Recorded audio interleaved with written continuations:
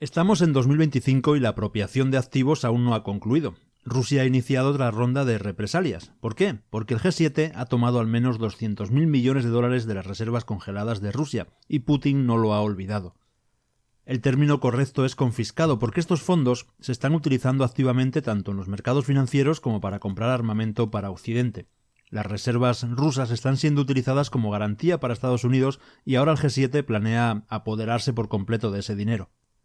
Estados Unidos está intentando quedarse con todo el efectivo para Ucrania. Europa intenta resistirse, pero desde que Trump asumió el cargo, todas las cartas están en manos de Washington, así que es solo una cuestión de tiempo. Hay tres maneras en las que esto puede desarrollarse. El dinero regresa a Rusia, se congela indefinidamente o se utiliza por completo. De hecho, la última opción se está discutiendo con Trump como parte del plan de garantías de seguridad de Ucrania. Así que la pregunta es, ¿de dónde saldrá el dinero? Saldrá de Rusia y evidentemente Rusia no está contenta con eso.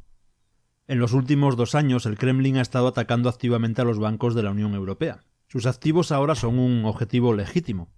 Hay que recordar que los bancos de la Unión Europea siguen operando en Rusia, porque los beneficios son extremadamente lucrativos.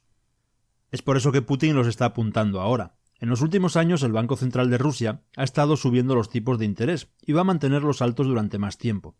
Así que si eres un prestamista, es un gran momento para hacer negocios. Las hipotecas están en auge y las empresas necesitan préstamos para expandirse.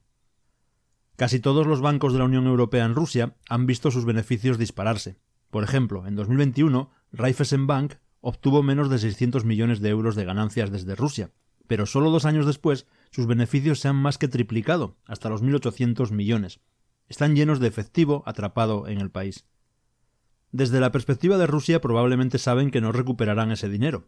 Por un lado, Trump ha dicho que quiere acabar con la guerra, pero por otro, quiere hundir la economía rusa con sanciones al petróleo. El escepticismo ruso lo podemos ver en la propia cuenta de Twitter de Mendeyev. Se nota en su comentario, dice, no nos engañarán tan fácilmente. Rusia no confía en Estados Unidos. El nivel de desconfianza es extremadamente profundo y siempre existe la posibilidad de que la situación se agrave aún más. Es por eso que la incautación de activos de bancos de la Unión Europea no debería ser una sorpresa. Ahora los bancos europeos son oficialmente la hucha de Rusia. A medida que Occidente drena los fondos rusos, Putin drena los activos europeos. Raiffeisenbank de Austria ha sido ordenado a pagar a Rusia más de 2.000 millones de dólares en daños por un acuerdo fallido. Es una orden judicial y el dinero está en el país, por lo que no hay donde esconderse. Es un momento decisivo. Este banco proporciona un puente de pagos entre Rusia y las empresas occidentales. Al golpearlo ahora con esta orden, Rusia ha confirmado que prefiere desvincularse del sistema occidental. Y tiene sentido, ya que China y los BRICS continúan haciendo crecer sus economías. La dependencia de Rusia de Occidente seguirá disminuyendo. Si tienes un negocio occidental en Rusia, esto debería de ser una señal de alarma para ti, porque el Kremlin lo ha confirmado. Las acciones hostiles contra Rusia tendrán consecuencias. Todos los activos occidentales están en riesgo. Si los gobiernos del G7 realmente avanzan con la confiscación de reservas congeladas, las empresas privadas estarán en peligro extremo de ser expropiadas. Y hay que entender lo eficiente que puede ser Rusia. Tienen muchas palancas que pueden utilizar, lo que significa que es imposible que los activos occidentales se escapen. Rusia puede utilizar regulaciones para expropiar los activos de propietarios extranjeros, y esto sucede en más del 50% de los casos. Puede incluir también la introducción de impuestos más altos para ciertas industrias. Los activos de empresas como Exxon también han sido puestos bajo gestión estatal. El segundo método más común es a través de órdenes judiciales, como el caso de Raiffeisenbank, que fue obligado a pagar 2.000 millones de dólares. Otro método es simplemente nacionalizar empresas a través de los tribunales. Y el último método es la venta forzada, ejerciendo una enorme presión sobre compañías como Carlsberg, por ejemplo. Por supuesto, la venta se llevó a cabo en términos muy favorables para las empresas rusas que adquirieron esos activos.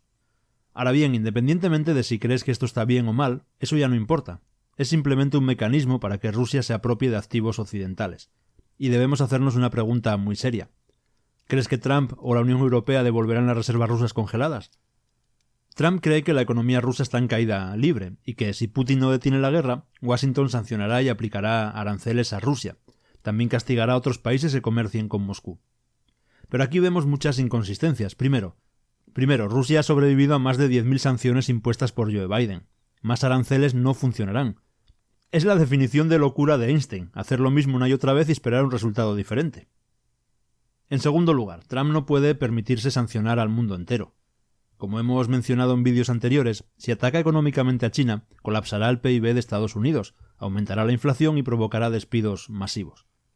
Lo único que le queda a Trump como herramienta de presión son los activos rusos congelados, esos 200.000 millones atrapados en la eurozona. Sin embargo, ¿realmente Rusia los necesita de vuelta?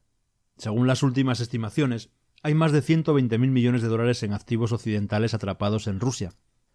32.000 millones pertenecen a empresas estadounidenses y 90.000 millones a empresas de la Unión Europea. Rusia podría simplemente confiscar esos activos y dejar sus fondos congelados en bonos occidentales a disposición de Trump. Así el saldo estaría más o menos equilibrado. Lo que está claro es hacia dónde se dirige el sistema financiero global. El mundo, especialmente los países BRICS, ya no confían en los activos del G7, especialmente en su mercado de bonos. En el tercer trimestre del año pasado, China vendió una cantidad increíble de 51.000 millones de dólares en deuda estadounidense. El único país que vendió más fue Japón, que se deshizo de casi 62.000 millones en bonos debido a una crisis cambiaria. Pero enfoquémonos en China por un momento, porque la forma en que Pekín asigna su dinero es muy importante. Será un modelo a seguir para muchos países BRICS en el futuro. El sistema financiero en el que vivimos es muy simple. Los países compran y venden usando dólares estadounidenses y colocan sus reservas en bonos del tesoro como un activo refugio.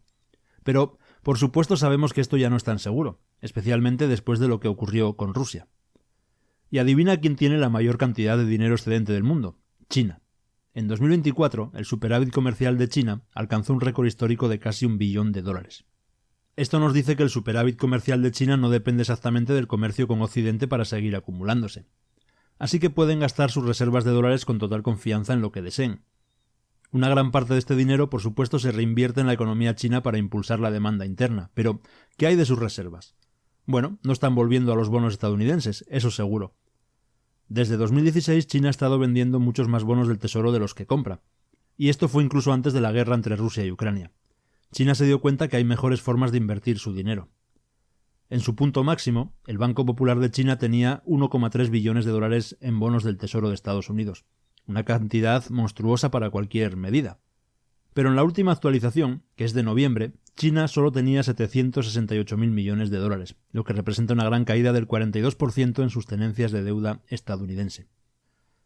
¿A dónde está destinando China su dinero? El estímulo doméstico es una cosa, pero China también está invirtiendo fuera de sus fronteras. Un gran ejemplo es la refinería de 3.700 millones de dólares en Sri Lanka. Uno de los gigantes petroleros chinos está acelerando el acuerdo para su construcción.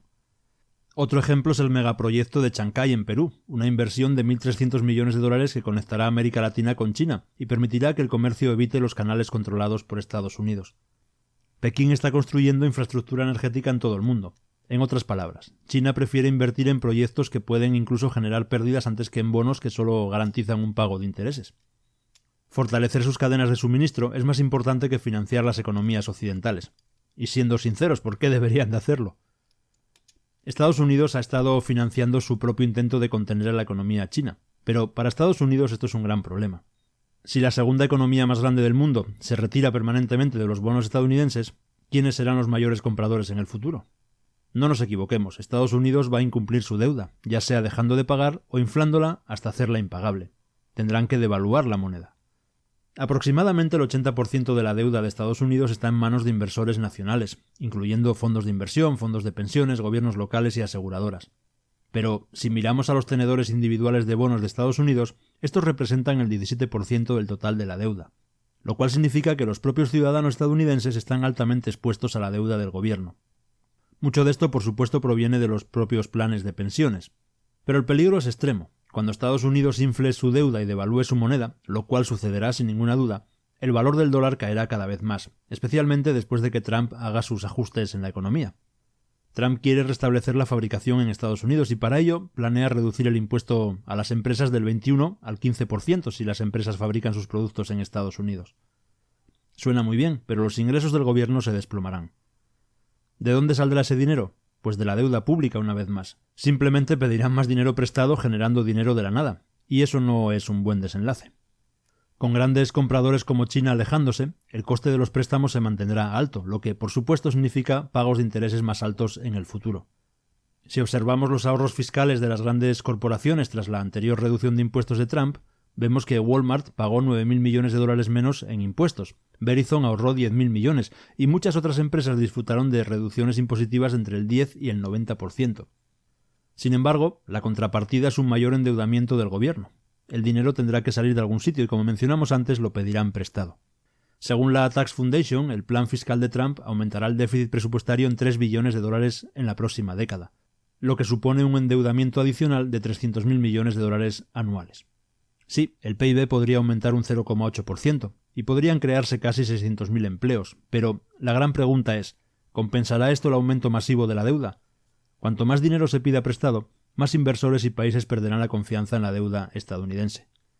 ¿Y cómo terminará todo esto? Bueno, Trump está jugando con fuego. Cuanto más se endeuda Estados Unidos, más rápido llegará el día del juicio final. Pero, si no lo hace, ¿cómo convencerá a sus votantes? Tiene que recuperar la fabricación estadounidense a cualquier precio, y la única conclusión lógica es más deuda, más déficit y, en última instancia, una devaluación del dólar. Como siempre, espero tus comentarios. Un saludo y nos vemos.